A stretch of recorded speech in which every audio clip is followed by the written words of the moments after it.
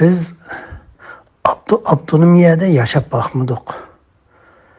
Biz Abdunimiyada yaşab bakmadık. Sosyalistik devlette mi yaşab bakmadık? Biz Abdunimiyada yaşab bakmadık. Biz Abdunimiyada yaşab bakmadık. Sosyalistik devlette mi yaşab bakmadık?如果我可以讲话够大声的话，就暂时不要用麦克风，讲课出身的嘛，当然。我刚进来听到大家讲，我就心里上非常感动。我来自台湾政治大学李友堂。第一个我要强调的，民主的生活方式的原则，国家是手段，个人是目的。第二个原则，民主是手段，自由人权保障是目的。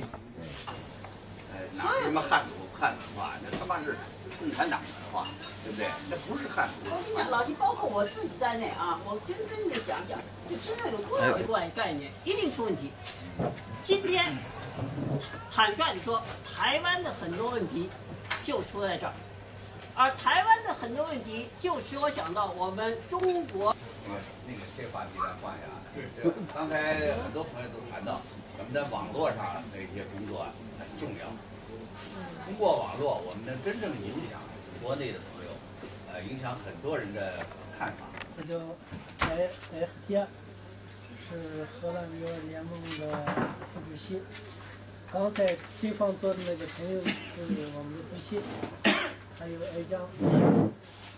我们大概有7、8个人是这个联盟的主要骨干。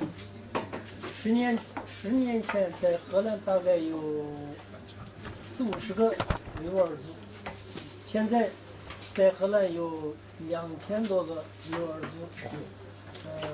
都是100%的都是政治避难，因为他们在我们的国土，在我们那个地方维吾尔地区活不下去了，到了这儿来寻求避难，情况是这样的。